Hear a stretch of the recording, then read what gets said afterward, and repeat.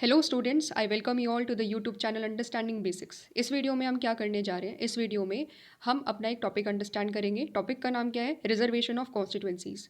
तो बेसिकली इस टॉपिक में हम समझेंगे सेपरेट इलेक्टोरेट के आइडिया को, हम समझेंगे रिजर्व्ड कॉन्स्टिट्यूंसी का मतलब क्या होता है, साथ ही साथ हम जानेंगे डिलिमिटेशन कमीशन क्या होती है और उसका इंपॉर्टेंट रोल क्या है सीटों की रिजर्वेशन को इंश्योर करने में। ठीक है, ये तमाम आइडिया हम अंडरस्टैंड करेंगे और इस टॉपिक को कवर करेंगे। तो चलिए अंडरस्टैंड करते हैं। अब तक हम लोगों ने क्या किया? इस टॉपिक से जस्ट पहले हम लोगों ने एक टॉपिक कवर किया जिसमें हमने ये समझा कि इंडिया में है एफपीटीपी सिस्टम, और यहाँ पर होता है कि जिसको सबसे ज़्यादा वोट मिलती है वो जीत जाता है, वो पर्टिकुलर कैंडिडेट जीत जाता है। इस तरीके से हम लोगों ने फिर उसके बाद हम लोगों ने रीजंस जाने, हम लोगों ने समझा 3 से 4 इंपॉर्टेंट रीजंस हमने पढ़े कि एफपीटीपी सिस्टम स्टेबिलिटी प्रोवाइड कर सकता है, एफपीटीपी सिस्टम क्लियर मेजॉरिटी देता है गवर्नमेंट को, एफपीटीपी सिस्टम सिंपल भी है in comparison to PR system, जिसकी वजह से हमने इसको अडॉप्ट किया है। और भी अदर रीजंस हम लोगों ने पढ़े और जाना आखिरकार इंडिया में एफपीटीपी सिस्टम हमने क्यों अडॉप्ट करा। अब यहाँ पर हम लोगों ने पहले तो ये सारी चीज़ें एडवांटेजेस के तौर पर जानी, लेकिन एफपीटीपी सिस्टम में कुछ कमियाँ भी है। ठीक है, एक दो डिसएडवांटेज भी है, और वो कमियों को कैसे हम लोगों ने रेक्टिफाई करा, कैसे इनको रिजॉल्व करा, उसके बारे में हम इस पर्टिकुलर फर्स्ट पैराग्राफ में अंडरस्टैंड करेंगे। ठीक है, तो चलिए शुरू करते हैं, रीड करते हैं और थोड़ा सा अंडरस्टैंड करते हैं। We have notice that in the FPTP system, FPTP election system, the candidates who secure the highest vote in a particular constituency is declared elected. ये बहुत सिंपल सी बात है, जिसको सबसे ज़्यादा वोट मिलेगी क्या होगा? वो जीत जाएगा। पर्टिकुलरली वो कैंडिडेट क्या करेगा? वो जीत जाएगा वहाँ पर। This often works to disadvantage of the smaller social groups. तो ये जो चीज़ है ना, इसकी वजह से क्या हो रहा है? इसकी वजह से एक डिसएडवांटेज हो रहा है। डिसएडवांटेज किसको हो रहा है? स्मॉलर सोशल ग्रुप्स को। ठीक है, कुछ सोशल ग्रुप्स जैसे कि ट्राइबल्स हो गया, ठीक है, जैसे कि दलित्स हो गया। तो ये क्या है? ये जो हमारी जो ये जो ग्रुप्स है, ये जो छोटे छोटे ग्रुप्स है, इनकी पॉपुलेशन बहुत कम है। तो पॉपुलेशन अगर कम है तो इसकी वजह से क्या होता है? इसकी वजह से, क्योंकि इनका पॉपुलेशन का बेस ही बहुत कम है, इसकी वजह से वो अपने कैंडिडेट्स को जितवा ही नहीं पाते। हमेशा क्या होता है कि जो मेजर पार्टीज़ होती है, जो मेजर पार्टीज़ के जो कैंडिडेट्स होते हैं वो ही जीत लेते हैं, क्योंकि उनका जो पॉपुलेशन बेस है वो काफ़ी ज़्यादा वाइड है। उनको अलग कास्ट के लोग भी वोट कर रहे हैं, अलग अलग रिलीजन के लोग भी वोट कर रहे हैं। तो इसीलिए किसी भी कॉन्स्टिट्यूंसी में क्या हो रहा है? जो मेजर पार्टीज़ हैं उनके कैंडिडेट्स ज़्यादा जीत रहे हैं। ठीक है, और इसीलिए जो छोटे छोटे सोशल ग्रुप्स हैं जिनकी इंडिया में जो पॉपुलेशन है वो कंपैरेटिवली बाकी सभी सोशल ग्रुप्स के मुकाबले कम है, उनके रिप्रेजेंटेटिव्स नहीं जीत पाते हैं क्योंकि उनको वोट कम मिलती है। बाकी कैंडिडेट्स को वोट ज़्यादा मिल जाती है because of the population difference. ठीक है, तो ये एक दिक्कत है एफपीटीपी सिस्टम में कि कहीं ना कहीं जो छोटे छोटे जो सोशल ग्रुप्स हैं, जैसे हमने एसटी की बात करी या दलित्स की बात करी, क्योंकि बाकी के कंपैरिजन में, बाकी कास्ट के कंपैरिजन में, बाकी कम्युनिटीज़ के कंपैरिजन में इनकी जनसंख्या, इनकी पॉपुलेशन कम होती है। इसकी वजह से अगर ये सारे लोग भी वोट करते हैं तब भी इनके कैंडिडेट्स जीत नहीं पाते, बहुत कम जीतते हैं। ठीक है, तो this is even more significant in the Indian social context. We have had a history of the caste based discrimination. तो हमारे यहाँ पर तो कास्ट बेस्ड डिस्क्रिमिनेशन हुआ है। ठीक है, जनरली हम लोगों ने देखा है कि अगर किसी एक एक कॉन्स्टिट्यूंसी में सभी के सभी जनरल कैंडिडेट्स हैं, ठीक है, और एक दलित कैंडिडेट खड़ा हो जाता है, ठीक है, तो उस कंडीशन में क्या होता है? जनरली क्या होगा कि दलित कैंडिडेट्स को बहुत ही कम वोट पड़ती है, और ज़्यादातर लोग क्या करते हैं, जो जनरल कैटेगरी के कैंडिडेट है, चाहे वो किसी भी दूसरे रिलीजन के हो, किसी भी हायर कास्ट के हो, ठीक है, तो उनको क्या हो जाता है? उनको ज़्यादा वोट मिल जाती है। तो ऐसे जो हमारे यहाँ पर ये जो कंडीशन है कास्ट बेस्ड डिस्क्रिमिनेशन की वजह से भी जो दलित्स है या फिर जो ट्राइबल्स है, उनके नेता नहीं जीत पाते, उनके नेता को ज़्यादा वोट नहीं मिल पाती है। In such a social system, FPTP electoral system can mean that the dominant social groups and the caste can win everywhere and the oppressed social groups may continue to remain unrepresented. तो हमारे यहाँ पर एक ऐसा social system जहाँ पर क्या हो रहा है? डिस्क्रिमिनेशन हो रहा है। ठीक है, जहाँ पर क्या हो रहा है? डिस्क्रिमिनेशन हो रहा है, जहाँ पर अपर कास्ट लोअर कास्ट के लीडर्स को वोट ही नहीं करते। ठीक है, तो ऐसे सोशल सिस्टम में जब हम लोग एफपीटीपी सिस्टम को अडॉप्ट कर रहे हैं तो उसकी वजह से क्या हो सकता है कि जो डोमिनेंट सोशल ग्रुप्स है ना, वो क्या करेंगे? और जो डोमिनेंट सोशल कास्ट है ना, वो हमेशा हर बार जीतेगी। किसी भी कॉन्स्टिट्यूंसी में कहीं पर भी वोट अगर हो रही होगी तो बाकी सभी लोग क्या करेंगे? अपने कैंडिडेट को लीड करेंगे, क्योंकि हमें पता है, सपोज़ कोई भी एक कॉन्स्टिट्यूंसी है, ठीक है, सपोज़ एक कॉन्स्टिट्यूंसी हम लोग ले रहे हैं एग्जाम्पल के तौर पर, वहाँ पर क्या है? वहाँ पर सपोज़ 20% तो दलित्स है, लेकिन बाकी सभी 80% कौन है? बाकी के बाकी 80% लोग जो है वो क्या है, अदर कैटेगरीज में आते हैं, जिसमें अलग रिलीजन भी आते हैं, हायर कास्ट भी आती है। तो कोई भी कैंडिडेट जो इस 20% को रिप्रेजेंट कर रहा है ना, वो कभी जीत ही नहीं पाएगा। क्यों? क्योंकि हमें पता है कि जो ज़्यादा वोट लेकर के आएगा वो जीतेगा। तो 80% वाले का जो कैंडिडेट होगा, जिनको 80% लोगों की वोट मिलेगी, ऑफकोर्स वही जीतेगा, है ना? तो इसीलिए यही चीज़ यहाँ पर बोली जा रही है कि जो डोमिनेंट सोशल ग्रुप होंगे ना, जो डोमिनेंट कास्ट होगी ना, वो हर जगह पर जीतेगी। और जो छोटे छोटे ओपरेस्ट सोशल ग्रुप्स है ना, वो रिप्रेजेंट ही नहीं कर पाएंगे, वो अंडर रिप्रेजेंटेड रहेंगे, वो अपने उनके जो लीडर्स हैं वो इलेक्ट कभी हो ही नहीं पाएंगे। तो ये दिक्कत वाली बात होगी कि दलित लीडर्स नहीं बन पाएंगे या ट्राइबल्स लीडर नहीं बन पाएंगे, क्योंकि वो पॉलिटिक्स में नहीं आ पाएंगे, क्योंकि उनकी पॉपुलेशन कम है, ठीक है, उनकी जीतने के चांसेस कंपैरेटिवली कम है। तो ये चीज़ हमारे कॉन्स्टिट्यूशन मेकर्स ने उस टाइम पीरियड में समझी। सॉरी, उस टाइम पीरियड में इसकी डिफ़िकल्टी को हम लोगों ने समझा, और फिर हमने देखा कि अगर एफपीटीपी सिस्टम में ये कमी है कि हमारे कुछ छोटे छोटे सोशल ग्रुप्स वो अनरिप्रेजेंटेड रहेंगे, तो हम क्या करेंगे, हम इस प्रॉब्लम को रिजॉल्व करेंगे। और रिजॉल्व करने का तरीका क्या अपनाया फिर हमने हमने रिजॉल्व करने का तरीका अपनाया रिजर्वेशन दे करके, ठीक है। तो ये चीज़ अब हम अंडरस्टैंड करेंगे। तो प्रॉब्लम समझ में आ गई एफपीटीपी सिस्टम में कि सोशल ग्रुप्स, जो छोटे छोटे सोशल ग्रुप्स हैं, उनके लीडर्स जीतेंगे नहीं, तो उनका रिप्रेजेंटेशन नहीं हो पाएगा, ठीक है। तो इसकी वजह से हम लोगों ने फिर उसका सोल्यूशन निकाला। क्लियर है? इतनी बात समझ में आ गई। अब देखो, रिजर्वेशन जो इंडियन कॉन्स्टिट्यूशन में दिया गया है उसको तो हम बाद में पढ़ेंगे। इससे पहले एक टॉपिक दिया गया है। टॉपिक का नाम क्या है? Separate electorate. आज़ादी से पहले आज़ादी से पहले जब ब्रिटिशर्स का रूल था, तो भारत में ये चीज़ हो रही थी। ब्रिटिशर्स ने क्या किया, ब्रिटिशर्स ने देखा कि अच्छा, भारत में बहुत सारे ऐसे छोटे छोटे ग्रुप्स हैं जिनके लीडर्स कभी आ ही नहीं पा रहे। ज़्यादातर या तो हिंदूज़ है, ज़्यादातर या तो अपर कास्ट के लोग हैं। तो ये चीज़ ब्रिटिशर्स के टाइम पीरियड में भी थी, ठीक है। तो जितने भी लीडर्स वगैरह थे, जितने भी नेता थे जो इंडियन लेजिस्लेटिव काउंसिल में जा रहे थे, तो ज़्यादातर क्या हो रहा था, ज़्यादातर बेसिकली यही हायर कास्ट के लोग थे, डोमिनेंट सोशल ग्रुप्स थे। तो उस टाइम पीरियड में ब्रिटिशर्स ने क्या करा, ब्रिटिशर्स ने एक सिस्टम अडॉप्ट करा, और वो सिस्टम था सेपरेट इलेक्टोरेट।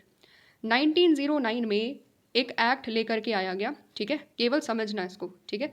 तो 1909 में एक एक्ट लेकर के आया गया, जिसके एक्ट के बेसिस पर सेपरेट इलेक्टोरेट दिए गए। ये नया शब्द हो सकता है कुछ लोगों के लिए, लेकिन हम समझ लेंगे तो बिल्कुल क्लियर हो जाएगा, आराम आराम से समझेंगे कि सेपरेट इलेक्टोरेट क्या होता है।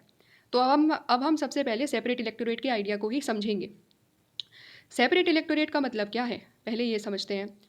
Separate electorate means that for electing a representative from a particular community, only those voters would be eligible who belong to that community. क्या कह रहा है? सेपरेट इलेक्टोरेट का मतलब ये है कि अगर किसी भी एक कम्युनिटी के लीडर को हमें इलेक्ट करना है, तो उस लीडर को वोट कौन करेगा? उस लीडर को उसी कम्युनिटी के लोग वोट करेंगे, ठीक है। जैसे कि सपोज सेपरेट इलेक्टोरेट जब 1909 में सेपरेट इलेक्टोरेट लेकर के आए ब्रिटिशर्स। इलेक्टोरेट का मतलब क्या होता है? देखो, सेपरेट का मतलब तो अलग हो गया, ठीक है। इलेक्टोरेट का मतलब हो गया वोटर्स को अलग किया जा रहा है। वोटर्स को कैसे अलग किया गया? 1909 में जो एक्ट लेकर आया गया उसमें मुस्लिम्स के लिए, स्पेसिफिकली मुस्लिम के लिए सेपरेट इलेक्टोरेट कर दिया गया। अब इसका मतलब समझो। इसका मतलब ये हुआ कि देखो, एक सीट पे जब रिजर्वेशन कर दिया गया है, जब एक सीट में सेपरेट इलेक्टोरेट के रूल को अप्लाई कर दिया गया, जैसे सपोज कोटा कॉन्स्टिट्यूंसी है, ठीक है, कोटा एक सीट है, तो कोटा सीट को क्या कर दिया गया, वहाँ पर सेपरेट इलेक्टोरेट लगा दिया गया, और सीट क्या कर दी गई, कोटा की सीट को मुस्लिम कैंडिडेट के लिए रिजर्व कर दिया गया। तो इसका मतलब क्या हुआ? इसका मतलब ये हुआ कि कोटा में बहुत सारी कम्युनिटीज़ होंगी, हिंदूज़ भी होंगे, कुछ कुछ मुस्लिम भी होंगे, कुछ क्रिश्चियन भी होंगे, कुछ सिख भी होंगे। जब सेपरेट इलेक्टोरेट का आइडिया कोटा में लग गया, तो पहली बात तो ये कि वहाँ से केवल और केवल एक मुस्लिम ही लीडर बन सकता है।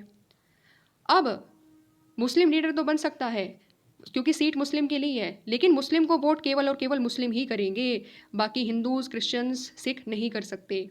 उनका जो राइट टू वोट था, पूरी की पूरी जो कम्युनिटी था, उनका जो राइट टू वोट था वो छीन लिया गया।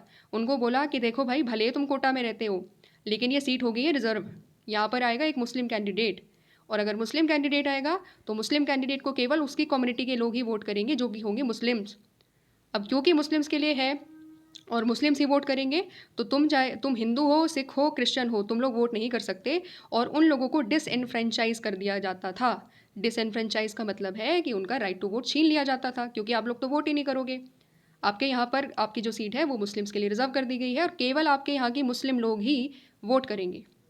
अब इसके पीछे की मेंटालिटी को समझो कि आखिरकार ब्रिटिशर्स का इंटेंशन ये था कि वो सोशल ग्रुप्स को आगे लेकर आना चाहते और आगे लेकर आना चाहते थे और सोशल ग्रुप्स का रिप्रेजेंटेशन करवाना चाहते थे। नहीं, उनका ऑब्जेक्टिव था डिवाइड एंड रूल। उनका ऑब्जेक्टिव क्या था? Divide and rule. वो क्या कर रहे थे?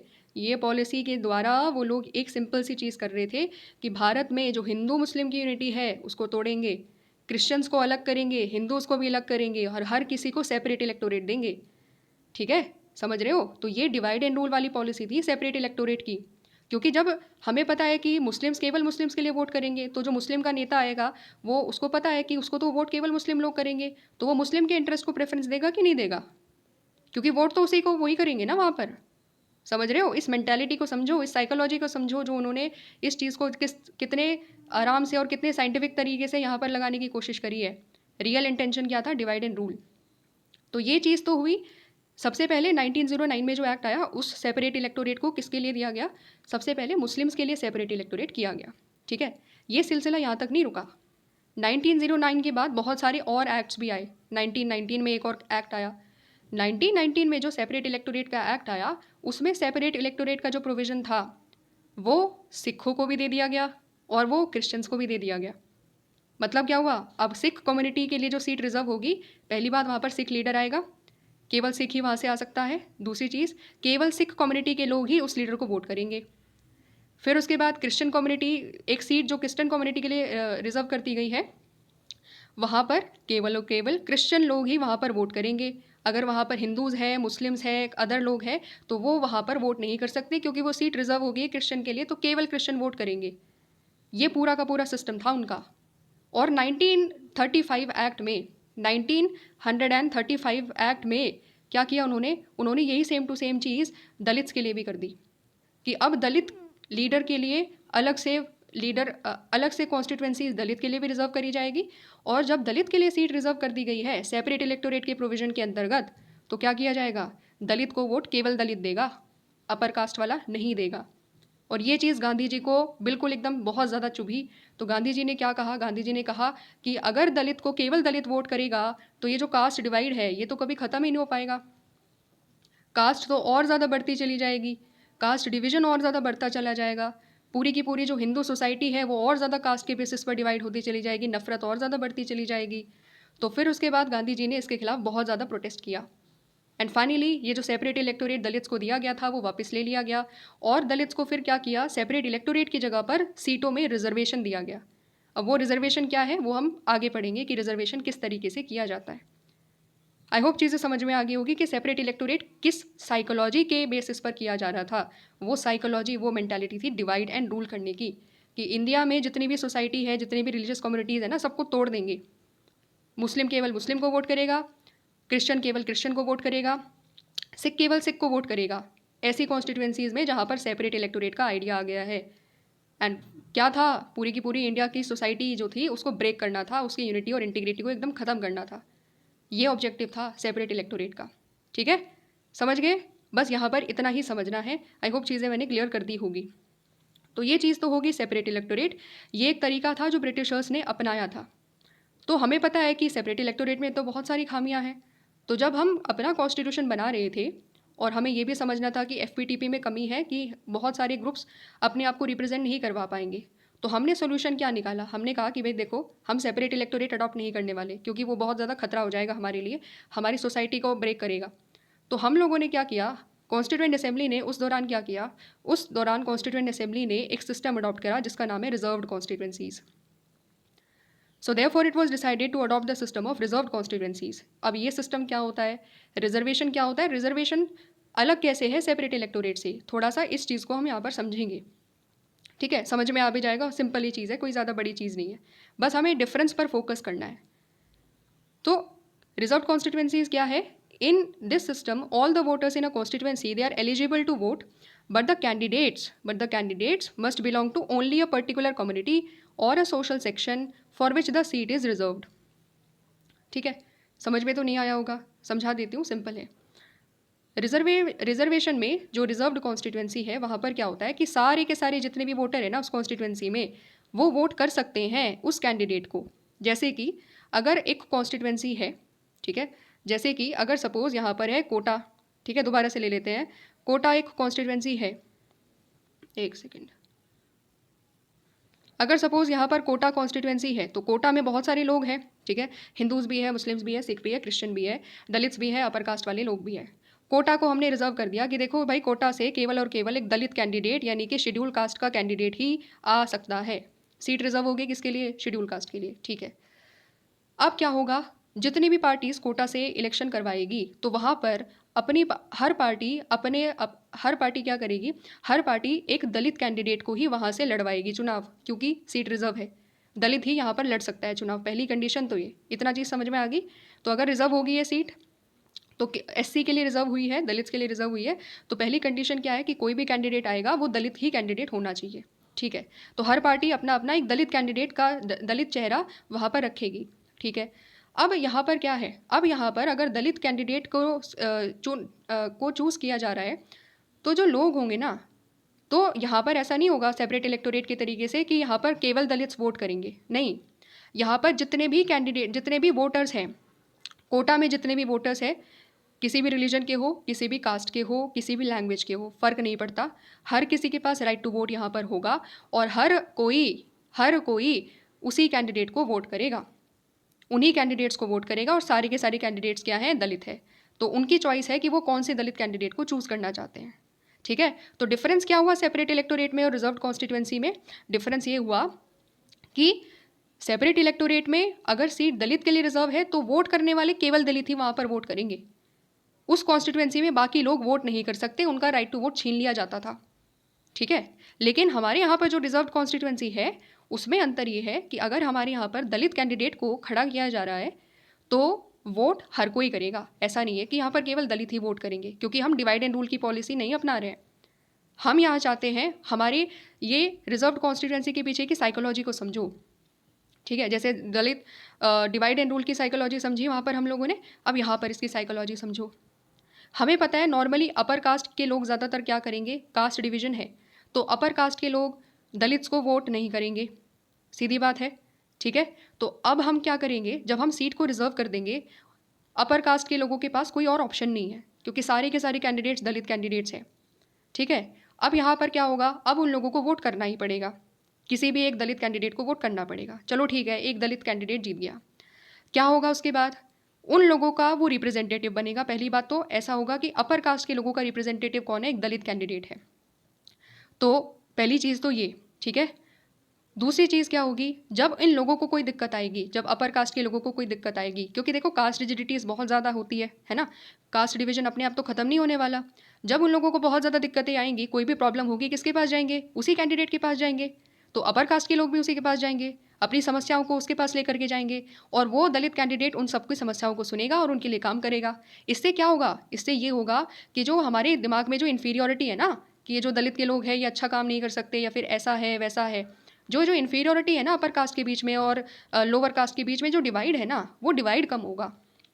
इसके पीछे की मेंटालिटी ये थी कि अपर कास्ट को भी लीड कर सकता है एक लोअर कास्ट का इंडिविजुअल। ये मेंटालिटी थी हमारे कॉन्स्टिट्यूशन मेकर की इस रिजर्वेशन को देने के पीछे। अब सोचो, तो हमारा फोकस उसकी तरह नहीं था, डिवाइड एंड रूल की तरह। हमारा फोकस था कि हम क्या करेंगे, हम जितना ज़्यादा हो सकता है एक ब्रॉड बेस के साथ आएंगे। हम क्या करेंगे, हम कास्ट रिजिडिटीज़ को ख़त्म करने की कोशिश करेंगे, ठीक है। जो इन्फीरियोरिटी है वो ख़त्म होगी और ज़्यादा इंटरेक्शन होगा between the lower caste and between the upper caste, क्योंकि वो जो दलित कैंडिडेट है वो केवल दलित के लिए काम नहीं करेगा, उसको चूज़ करने वाले हर रिलीजन के लोग भी हैं, हर कास्ट के लोग भी हैं, हर लैंग्वेज के लोग भी हैं, हर जेंडर के लोग भी हैं। तो उसकी जिम्मेदारी ये रहेगी कि अगर उसको अगली बार भी जीतना है तो उसको सबके लिए काम करना पड़ेगा, ठीक है। वो अपनी सोसाइटी को भी देखेगा, अपनी कम्युनिटी के इंटरेस्ट को भी देखेगा, वो अपर कास्ट की कम्युनिटी के इंटरेस्ट को भी देखेगा और वो सबकी कम्युनिटी के लिए देखेगा, क्योंकि वो अकाउंटेबल है हर किसी के लिए। समझ गए हो, ये मेंटालिटी थी, ये है साइकोलॉजी इस चीज़ के पीछे, कास्ट डिवीजन को कम करना। और दूसरी बड़ी बात कि जो कम्युनिटी है, जो दलित है, जो दलित की जनसंख्या कम होने की वजह से दलित लीडर्स कभी आ ही नहीं पा रहे थे, लीडर्स ही नहीं बन पा रहे थे, उनको कोई जीतने ही नहीं दे रहा था क्योंकि उनकी जनसंख्या कम थी।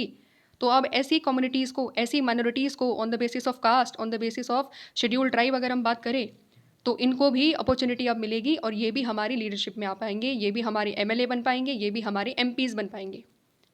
जो चीज़ बिना रिजर्वेशन के बहुत ही कम पॉसिबल थी, क्योंकि बहुत ही कम चांसेस थी कि बिना रिजर्वेशन के इनको अलाउ किया जाता, ये लोग जीत पाते। बिकॉज ऑफ पॉपुलेशन बेस इनका बहुत कम है, पॉपुलेशन सपोर्ट इनका बहुत कम है, और हमारा FPTP सिस्टम कहता है जिसको ज़्यादा वोट मिलेगी वही जीतेगा। समझ पा रहे हो? अंडरस्टैंडिंग कर पा रहे हो? तो ये साइकोलॉजी है कि हमारे जो डिप्रेस्ड ग्रुप्स हैं, जो सोशल ग्रुप है, उनके भी रिप्रेजेंटेटिव हमारी MPs बने, हमारे MLAs बने, ये हम चाह रहे थे। और दूसरी तरफ हम कास्ट डिवाइड को कम करने की कोशिश कर रहे थे। क्लियर होगी बात? समझ में आ गया रिजर्वेशन? आई होप चीज़ें मैंने क्लियर कर दी होगी। समझ में आ गई है तो बता देना कमेंट में, ठीक है? अब एक चीज़ और है, सेपरेट इलेक्टोरेट के बारे में हमें थोड़ी सी एक और चीज़ पढ़नी है। यहाँ पर एक पर्टिकुलर इंडिविजुअल है, उन्होंने कुछ बोला है कॉन्स्टिट्यूएंट असेंबली की डिबेट के दौरान, तो थोड़ा सा पढ़ लेते हैं, 1-2 मिनट लगेगी। तजामुल हुसैन है, ठीक है, कॉन्स्टिट्यूएंट असेंबली डिबेट हो रही थी 26 मई 1949 में। तो देखते हैं एक बार। Separate electorates have been a curse to India, have done incalculable harm to this country, separate electorates have barred our progress. अब देख लो यहाँ पर, एक मुस्लिम इंडिविजुअल है, एक मुस्लिम लीडर है हमारी कॉन्स्टिट्यूएंट असेंबली में, और उन्होंने ये बोला, उन्होंने बताया कि देखो हमारे यहाँ पर जो सेपरेट इलेक्टोरेट किया जा रहा है ना मुस्लिम्स के लिए, 1909 में जो ब्रिटिशर्स डिवाइड एंड रूल की जो पॉलिसी खेल रहे हैं ना, उसकी वजह से क्या हुआ है कि हमारे यहाँ पर बहुत ज़्यादा नुकसान हुआ है, और हमारा जो प्रोग्रेस हो सकता था वो नहीं हो पाया। वी यानी कि Muslims want to merge in the nation and for God's sake keep your hands off reservation for the Muslim community।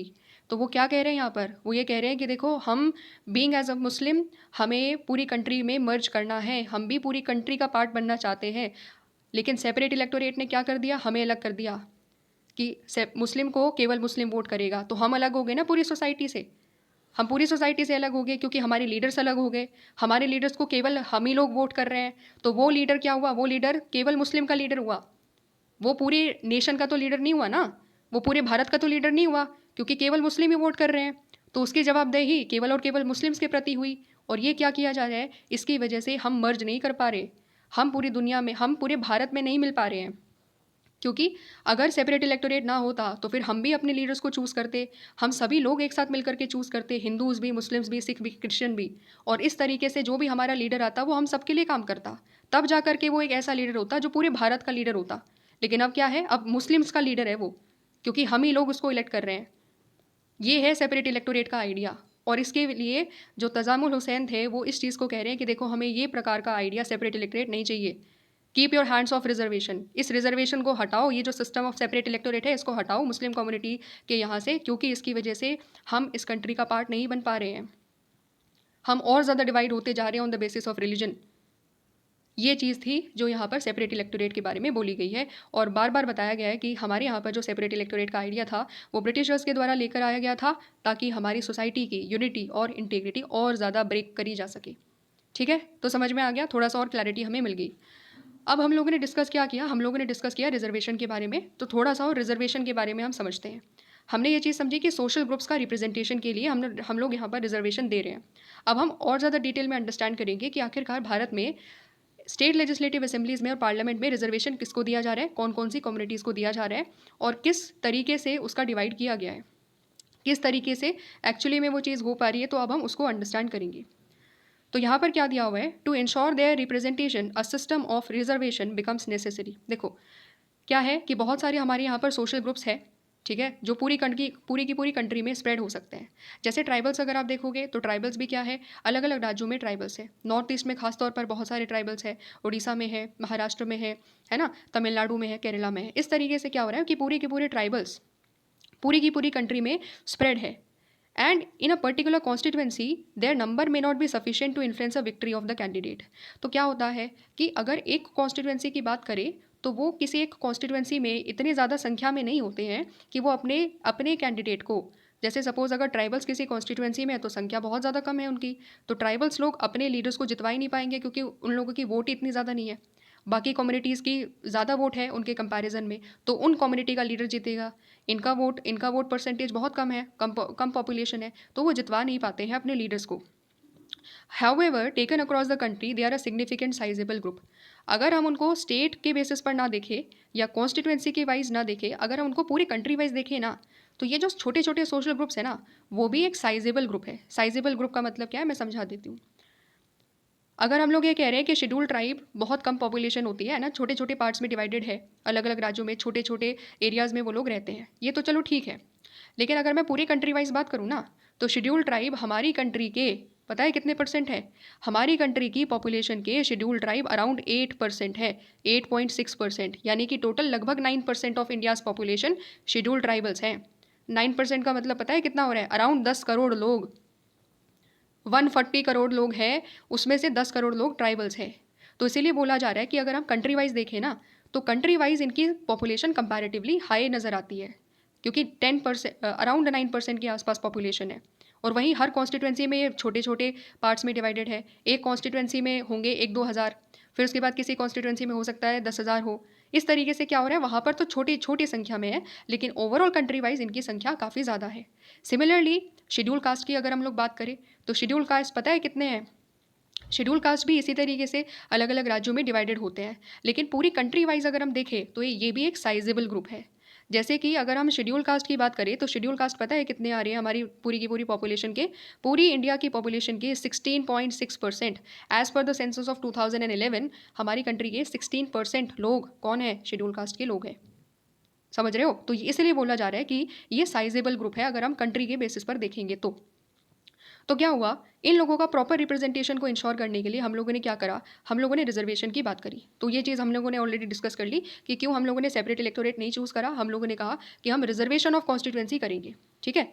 The constituent assembly provided for reservation of seats in the Lok Sabha and state legislative assemblies for schedule caste and for schedule tribe. तो हमने क्या करा, हमने simple सी बात ये करी कि देखो हम क्या करेंगे, अब हम तुम लोगों को रिजर्वेशन देंगे। कहाँ पर देंगे?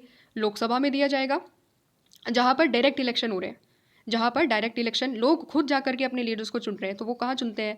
लोकसभा में, स्टेट लेजिस्लेटिव असेंबलीज़ में एमपीज़ को चुनते हैं, एमएलएज़ को चुनते हैं। तो हमने क्या डिसाइड किया, हमने कहा कि schedule caste and schedule tribe आपको हम रिजर्वेशन देंगे अपनी लोकसभा में और साथ ही साथ स्टेट लेजिस्लेटिव असेंबलीज़ में। ये जो प्रोविज़न था रिजर्वेशन का, जो इनिशियली प्रोविज़न था, वो इनिशियली 10 साल के लिए रखा गया था कि जैसे ही भारत आज़ाद होता है उसके 10 साल तक आपको रिजर्वेशन मिलेगा। लेकिन ऐसा नहीं है, आज भी तो रिजर्वेशन चल रहा है ना, आज भी रिजर्वेशन चल रहा है। और ये धीरे धीरे क्या हुआ कि जैसे जैसे समय बीतता गया तो हमने हमने चेंजेस करे और हमने बोला कि ये रिजर्वेशन और 10 साल के लिए बढ़ाया जाएगा, और 10 साल के लिए बढ़ाया जाएगा। इसकी वजह से रिजर्वेशन हमेशा बढ़ता चला गया। एंड आज के टाइम में अगर आप देखोगे तो आज 2030 के आसपास तक, 2030 तक अभी मुझे एग्जैक्टली अमेंडमेंट का नाम याद नहीं आ रहा, रिसेंटली अमेंडमेंट किया गया था। तो एक कॉन्स्टिट्यूशन में हमने अमेंडमेंट करा और उस अमेंडमेंट के बेसिस पर ये डिसाइड कर दिया गया है कि 2030 तक ये रिजर्वेशन चालू रहेगा। फिर उसके बाद 2030 में हम दोबारा से अमेंडमेंट कर देंगे और 10 साल के लिए और एक्सटेंड कर देंगे, ठीक है। तो ये सिस्टम है, इसकी वजह से ये क्या हो रहा है, लगातार चलता जा रहा है। The number of seats reserve for both of these groups is in proportion to their share of population of India, ठीक है। इसका मतलब क्या हुआ कि हम लोग जो रिजर्वेशन दे रहे हैं ना, वो उनकी पॉपुलेशन के अकॉर्डिंगली दिया जा रहा है। जैसे कि हमारे यहाँ पर 543 सीट्स है, तो हमने क्या करा, शेड्यूल कास्ट की पॉपुलेशन के अकॉर्डिंगली हम लोगों ने 84 सीट्स रिजर्व कर दी, ठीक है। कितनी सीट रिजर्व करी शेड्यूल कास्ट के लिए? 84 सीट्स। 543 में से 84 सीट्स हम लोगों ने शेड्यूल कास्ट के लिए रिजर्व कर दी है एंड 47 सीट्स हम लोगों ने शेड्यूल ट्राइब्स के लिए रिजर्व कर दी है एज़ पर 2011 में कंसेंसस वो हुआ होगा, सेंसस हुआ होगा। तो 2011 में जो सेंसस हुआ उसके बेसिस पर, उस टाइम पीरियड में जो उनकी परसेंटेज ऑफ पॉपुलेशन थी उसके बेसिस पर हम लोगों ने इनकी सीट्स रिजर्व कर दी। तो 84 सीट्स किसके लिए, किन लोगों के लिए है? शेड्यूल कास्ट के लिए 84 सीट्स है। और वही 47 जो सीट्स है वो किसके लिए रिजर्व कर दी गई है? शेड्यूल ट्राइब के लिए हम लोगों ने 47 सीट्स रिजर्व कर दी है, ठीक है। समझ में आ गया? अब हम और क्या समझते हैं, अब हम लोग थोड़ा सा ये पर्टिकुलर बॉक्स, क्योंकि एक इंपॉर्टेंट बॉक्स है, उसको भी रीड करते हैं, ठीक है। ये कौन बोल रहा है? ये हमारी कॉन्स्टिट्यूएंट असेंबली में जयपाल सिंह मुंडा बोल रहे हैं, ठीक है। और ये क्या है? ये बेसिकली डिबेट है। कब हो रही है ये? 27 अगस्त 1947 को ये डिबेट हो रही है, जिसमें ये एक ट्राइबल लीडर है जयपाल सिंह मुंडा, तो वो आदिवासियों के बारे में बात कर रहे हैं। क्या बात कर रहे हैं वही रीड करना है हम लोगों को, देखते हैं। But I have come to say a few words on behalf of Adivasis of India. In the past, thanks to the major political parties, thanks to the British government, and thanks to every enlightened Indian citizen, we have been isolated and kept as it we were in a zoo. We are willing to mix with you,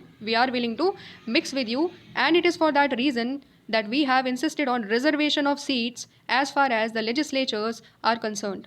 we have not ask for separate electorate, ठीक है, we have not ask for separate electorate and under the Government of India Act of 1935, throughout the legislatures in India, there were altogether only 24 Adivasis MLAs out of a total 1585 and not a single representative at the center.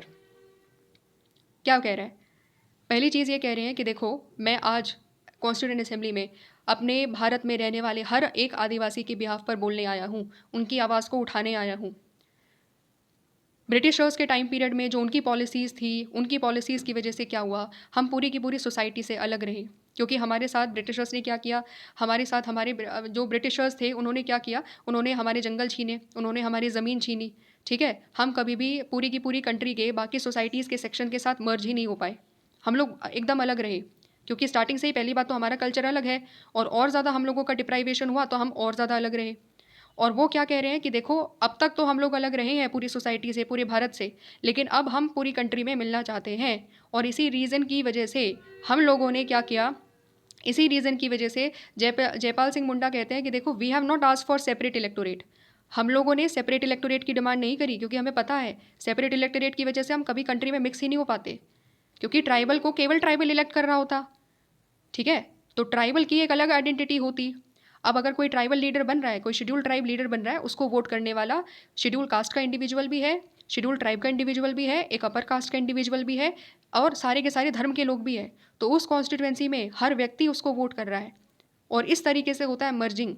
इस तरीके से लगता है कि हाँ, अगर हमारा social group कुछ भी हो सकता है, हम किसी भी भाषा के हो सकते हैं, हम किसी भी धर्म के हो सकते हैं, लेकिन जब उन सभी लोगों का, इतने सारे डाइवर्स ग्रुप्स का लीडर एक शेड्यूल ट्राइब बनता है, तो लोगों में विश्वास आता है कि हमारे यहाँ पर भी एक शेड्यूल ट्राइब हमें लीड कर सकता है, हमारा MP भी शेड्यूल ट्राइब हो सकता है, शेड्यूल ट्राइब की कम्युनिटी वाला हो सकता है।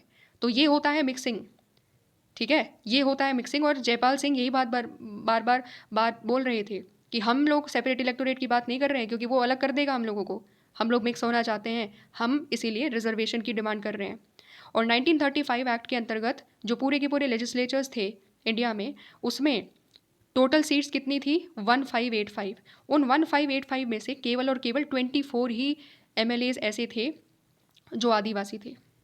कितने कम लोग थे आदिवासी। इसका मतलब क्या है, प्रॉपर तरीके से रिप्रेजेंटेशन नहीं हो पा रहा है, and not a single representative at the centre. और पूरे के पूरे सेंटर में एक भी रिप्रेजेंटेटिव नहीं था वहाँ पर। अब खुद सोचो, पूरी कंट्री है, पूरी कंट्री का पार्ट शेड्यूल ट्राइब भी तो है ना, तो उनका एक भी रिप्रेजेंटेटिव क्यों नहीं है फिर? उनकी आवाज़ कौन उठाएगा संसद में, उनके मुद्दों को कौन उठाएगा? इसीलिए हम लोगों ने समझा ये इंपॉर्टेंट है कि क्योंकि शेड्यूल ट्राइब की पॉपुलेशन कंपैरेटिवली बाकी सोशल ग्रुप्स के मुकाबले बहुत कम है, तो उनके लीडर्स को भी हमें आगे लेकर आना पड़ेगा। और वो कैसे लेकर आएंगे, इसीलिए हम लोगों ने फिर डिसाइड किया कि हमें उनको रिजर्वेशन देना होगा। उससे उनके मुद्दे भी आएंगे हमारे सामने, और दूसरी बड़ी बात यह है, उनका रिप्रेजेंटेशन तो होगा ही, साथ ही साथ में जो कम्युनिटी में जो डिवाइड है ना, जो एक इन्फीरियोरिटी कॉम्प्लेक्स है शेड्यूल ट्राइब्स को लेकर के, वो ख़त्म होगा, डिवाइड ख़त्म होगा। शेड्यूल ट्राइब भी हमारी कंट्री में मिक्स हो पाएंगे, हमारी पूरी सोसाइटी के साथ मिक्स हो पाएंगे, and they would be feeling yes they are also the part of this country, क्योंकि वो लोग भी सब लोगों के लिए काम कर पा रहे हैं, वो केवल अपनी शेड्यूल ट्राइब के लिए काम नहीं कर रहे हैं। समझ पा रहे हो? तो ये अंडरस्टैंडिंग थी, ये आइडिया था हमारे रिजर्वेशन का, और इसलिए बहुत ज़्यादा डिबेट हुई, बहुत लंबी डिबेट चली, तब जा करके हम लोगों ने जो आइडिया है रिजर्वेशन का, उसको फाइनली फॉर्मुलेट करा और इंश्योर करा कि हमारे यहाँ पर रहने वाले शेड्यूल कास्ट और शेड्यूल ट्राइब माइनॉरिटी, ये जो सोशल ग्रुप्स आते हैं, इनको सही तरीके से रिप्रेजेंटेशन मिले as an MP as well as an MLA। ठीक है, समझ में आ गया? इस वीडियो को यहीं पर रखते हैं, वरना वीडियो और ज़्यादा लंबा हो जाएगा। आई होप चीज़ें समझ में आ गई होगी, क्लैरिटी हमें मिली। सेपरेट इलेक्टोरेट का आइडिया हमने समझा, रिजर्वेशन का आइडिया हमने समझा, हमने दोनों में डिफरेंस पढ़ा, हम लोगों ने दोनों की साइकोलॉजी को समझा कि दोनों के पीछे का आइडिया क्या था। ठीक है, और प्रॉपर तरीके से हम लोगों ने कॉन्स्टिट्यूएंट असेंबली डिबेट्स को भी पढ़ा, जिसमें हमने सेपरेट इलेक्टोरेट को भी समझा कि कितना खतरनाक था वो हमारी कंट्री के लिए। फिर उसके बाद हमने रिजर्वेशन की इंपॉर्टेंस को भी समझा by reading the Jaipal Singh debate. ठीक है, जो जयपाल सिंह ने अभी बात करी है उसको अंडरस्टैंड करते हुए हमने पूरा एक आइडिया लिया। ठीक है, आई होप चीज़ें समझ में आ गई होगी। समझ में आई है तो कमेंट कर सकते हो, आप लाइक कर सकते हो, चैनल को सब्सक्राइब कर सकते हो। मिलेंगे हम लोग नेक्स्ट वीडियो में, जहाँ पर हम नेक्स्ट इसी टॉपिक को कैरी फॉरवर्ड करेंगे। ठीक है, थैंक्स फॉर वॉचिंग।